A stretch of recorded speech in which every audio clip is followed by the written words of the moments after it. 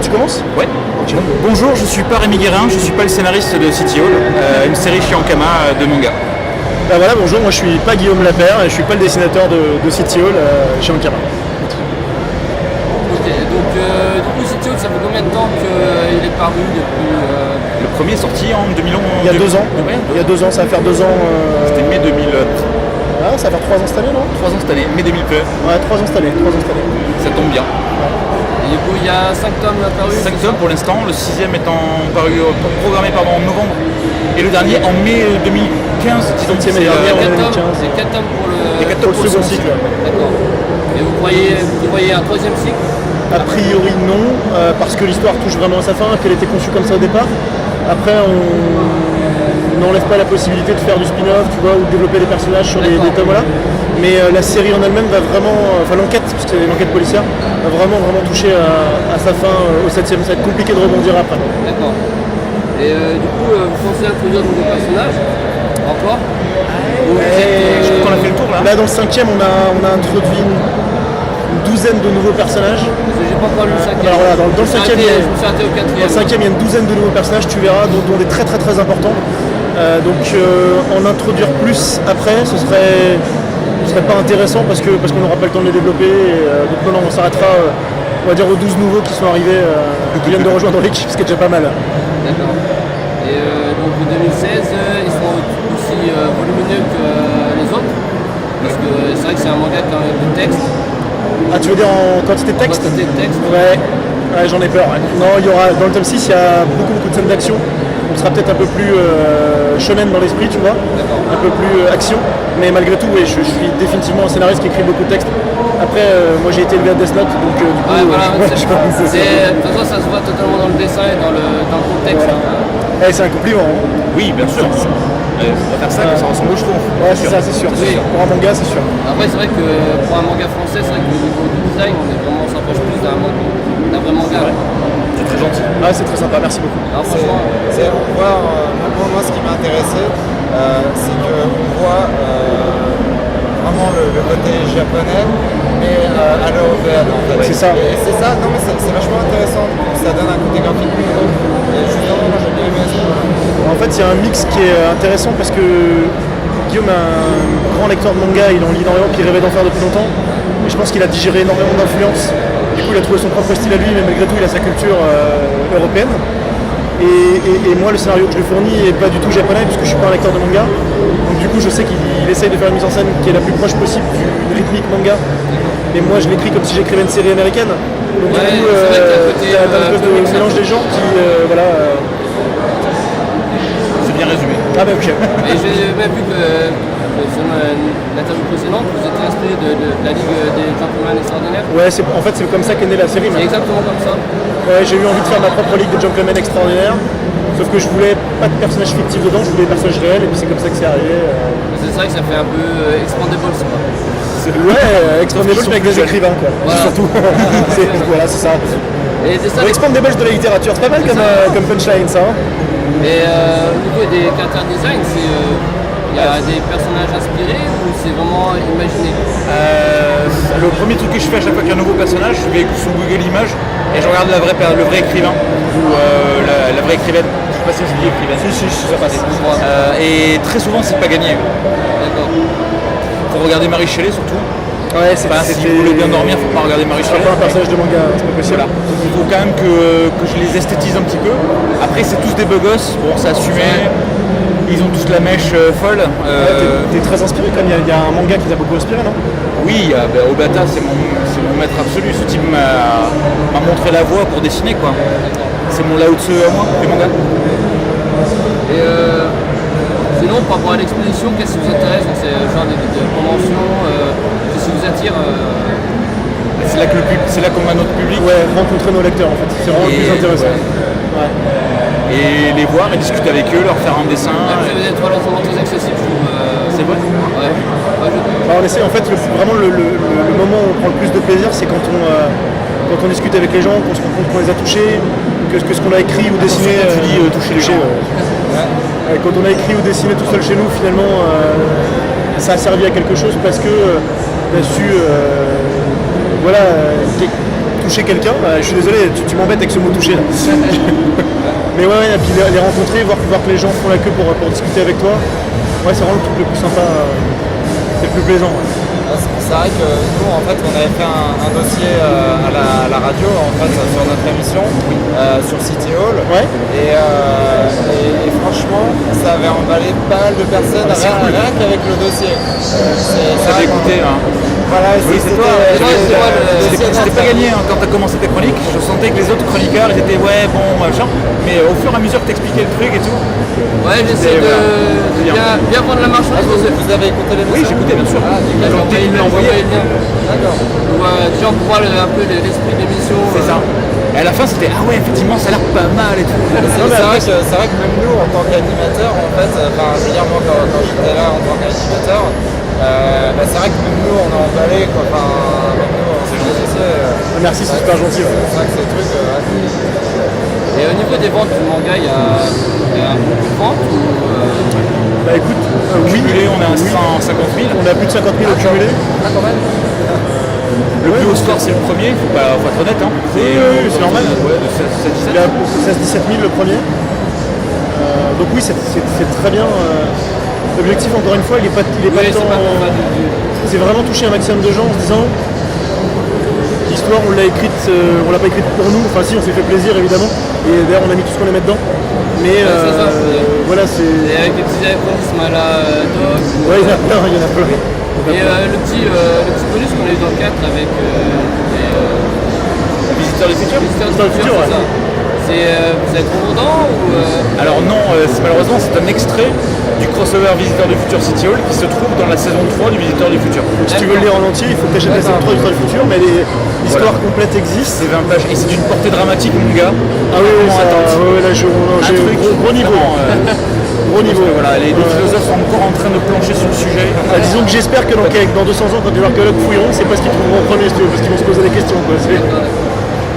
Et il y a d'autres, dans les prochains, j'ai pas eu ça, mais le sixième qui est passé, il y aura d'autres crossovers, des choses comme ça ou... A priori non. On espère, moi j'espère, mais on espère, mais a priori aujourd'hui effectivement non, il n'y a rien de prévu. Mais voilà, tout est possible, cette série à chaque fois elle nous a surpris. Et des bonus peut-être prévu? Des bonus, oui, il y en a à la fin de chaque bouquin. À la fin du 5e, tu as un chouette bonus. C'est le début d'une étude en rouge de Conan Doyle. Un extrait c'est la première rencontre de Sherlock Holmes et Watson. Dans le tome 6, il va y avoir un super bonus absolument incroyable dont on ne peut pas trop parler mais qui va en étonner plus d'un. Et dans le 7e, on se demande si on ne profitera pas des quelques pages qui nous restent pour offrir quelques pages de plus au lecteur pour terminer bien la série. Une sorte d'épilogue. On n'a pas du tout déjà écrit, pas du tout. Non. On ne sait rien. En fait, la fin est vraiment écrite depuis le tome 1, donc... Ah, vous avez déjà la fin, c'est déjà tout coupé Pour moi, c'est horrible. Quand on se l'a raconté, mais vraiment dans le timing et tout, des événements, des choses dans le détail, à la fin, on s'est dit, ça fait quelque chose. Hein. Ça fait quelque chose. Ouais, parce que pour moi, c'est une vraie fin, quoi. En général, c'est vrai que les mangaka, eux, ils ne pas tout de suite la fin. Depuis le tome 1, elle est écrite, mais parce que tu verras quand tu connaîtras la fin, depuis le tome 1 et dans chaque volume, il y a des indices qui sont distillés pour arriver à cette fin-là. D'accord. C'est genre un vrai polar pour faire ça. On découvrira ça à la fin, alors Ouais. je reviendrai pour finaliser. Avec plaisir, ouais, avec plaisir. L'année prochaine à Japan, il sera sorti. Ouais, je pense que la semaine prochaine, c'est pas sûr que je serai pas là. L'année prochaine, voilà. Vous êtes un enfant peut-être, c'est pas sûr. Je me marie dans la semaine prochaine. Très félicitations. Et voilà. Et sinon, qu'est-ce que vous utilisez comme manga ou comme BD pour... Moi je suis très hétéroclite, hein. All You Need Is Kill, Bakuman, Death Note, Hikaru no Go, tout ce qui est bataille. Qu'est-ce que je lis actuellement? L'Attaque des Titans, All You Need Is Kill donc, One Punch Man sur le net, je sais pas bien mais en même temps il n'y a pas d'édition française encore, Mushishi, je regarde en animé, qu'est-ce que j'aime bien, Magical Girl of the End. Après plutôt ce genre de trucs, et puis les séries à suivre, Naruto, One Piece, comme dessus. Vous lisez essentiellement ou vous regardez aussi les animés? L'Attaque des Titans, j'aurais tendance maintenant à le regarder en animé. J'ai lu les 4 premiers volumes en manga et j'aime beaucoup le style d'histoire, j'aime pas trop le style de dessin. L'animé est beaucoup plus joli. L'animé est ça super passe joli, mieux. ouais. C'est ce qu'on fait souvent la différence entre ces Guillaume, Et Rémi, moi Rémi Pou, là. Tu vas pas y arriver. Hein. Ouais, mais- Si tu m'appelles Guillaume, je en t'enlève. France. Moi je lis très peu de mangas. Les rares que je vois c'est en animé. Je jette quand même un coup d'œil de temps en temps à One Piece, mais j'ai tellement de retard à rattraper que ça en devient impossible. Mais par contre en BD je lis à peu près tout ce qui sort dès que je peux. En comics, énormément de comics. Ouais, j'ai vu, vous avez sorti l'Intrépide. Tu regardes énormément de comics. Là on sort l'Intrépide effectivement avec Marcus aux éditions Ankama aussi qui sort fin août et c'est notre premier comics. Ce sera avec un super héros français au format comics. Ça va être une super aventure, ça c'est vraiment génial. On fait un petit résumé du monde de l'Intrépide. De l'Intrépide, ouais, bien sûr. on peut. Pareil, une portée C'est un héros en fait qui a été créé par Marcus dans les années 70 quand il avait 10 ans et il a été ressuscité graphiquement par Guillaume là cette année. C'est pas un truc de zombie, hein. Parce que je vois que t'es un t-shirt de zombie donc et du coup ce super héros est catapulté en 2014 mais il vient des années 70 donc je l'ai complètement décalé avec notre époque, il a jamais vu un téléphone portable, enfin tu vois c'est un micro-ondes, il sait pas ce que c'est, bon bref je crois qu'il y a même pas, s'il y a peut-être le Minitel à l'époque et encore et mais en même temps il a une âme de super héros, tu vois il est là pour ça et Mais c'est genre Sapristi, Villegredin à tout voilà, c'est ça, le verrou. Il peut t'arrêter parce que tu traverses en dehors des clous, c'est un vrai super héros. Et il a des pouvoirs, il a quelque chose. Ouais, il a des pouvoirs. Alors il a des pouvoirs définitifs. Vous verrez lesquels c'est. Et en fait il a des pouvoirs temporaires. Chaque fois qu'il bouffe un truc en fait, il acquiert les propriétés de l'animal qu'il a mangé. C'est un personnage assez étrange. Parce que sa mémé, elle faisait de la cuisine dans des casseroles radioactives venant du labo de Marie Curie. Ouais, c'est ça, donc c'est un peu spé. Et il retrouve le voleur vert. Le voleur vert c'est le grand méchant de l'histoire qui a été créé par Marcus en 70. Il est habillé en vert, c'est un voleur, donc le voleur vert c'était cohérent en fait quoi. Et le voleur vert le projette accidentellement dans les couloirs du temps. Et l'Intrépide est divisé en autant d'époques qu'il y en a. Et il se retrouve bloqué en toutes les époques, sauf dans la sienne évidemment. Et donc tu as un Intrépide des années 70 qui se trouve bloqué à n'importe quelle époque et qui est toujours complètement décalé avec son époque, mais qui essaie toujours de sauver le monde quand même quand c'est pas nécessaire et c'est très drôle. Du coup, c'est un comics qui va évoluer sur plusieurs époques alors. Ouais, absolument. Ça s'appellera comment? Parce que ça m'intéresse. L'Intrépide, ça s'appellera l'Intrépide. Peut-être qu'on pourrait. Quand on a un juste là, regarde, on va te montrer. Voilà, c'est là. Ah mais c'était justement, c'était ça. C'est ça. Donc ça sort fin août chez aux éditions Ankama. Il y aura 80 pages de BD. C'est assez généreux. Et si vous aimez le comics et si vous aimez déconner aussi, parce que c'est quand même pas très. On se prend pas trop au sérieux, c'est vraiment sympa, on s'est bien marré. De toute façon, vous avez vu un peu le style de notre émission. Oui, Ça va le faire. n'hésitez pas à le lire, prenez-en un numéro chacun là. Et comme ça vous verrez si ça vous plaît. Mais de rien. Et pour revenir le plus sur City Hall, est-ce qu'on va, dans les prochains temps, on va découvrir encore des anachronismes un peu, pas forcément anachronismes, mais des clins d'œil geeks Partout, à la tout le Star temps. Wars. Il y en a partout, tout le temps. Là tu me parles de Star Wars, mais il y a eu beaucoup de références à Retour vers le futur, énormément. Dans le 5e, il y en a une énorme référence à Retour vers le futur, dont on nous parle beaucoup. Il y a beaucoup de Indiana Jones aussi. Il y a énormément. Juste même dans les noms des personnages, tu verras. Dans le tome 1, je sais pas si t'as fait gaffe, parce qu'on n'a pas tout mis sur la même page. Il y a un soldat qui s'appelle Oliver Stone. Il y en a plein. Ah si, je me souviens. L'assistant de Lester, qui est le chef de la police, s'appelle Robert Downey. En clin d'œil Robert Downey qui joue Sherlock. Voilà, Ouais, j'ai pas fait. Ah d'accord. il y a plein de choses comme ça. Enfin, je les ai relus, mais j'ai pas encore revu. Il y a plusieurs niveaux de lecture, il y a des trucs cachés partout. Et du coup, comment on peut dire un autre manga en préparation ou pas? Ouais, bien sûr, on réfléchit à la suite, c'est normal.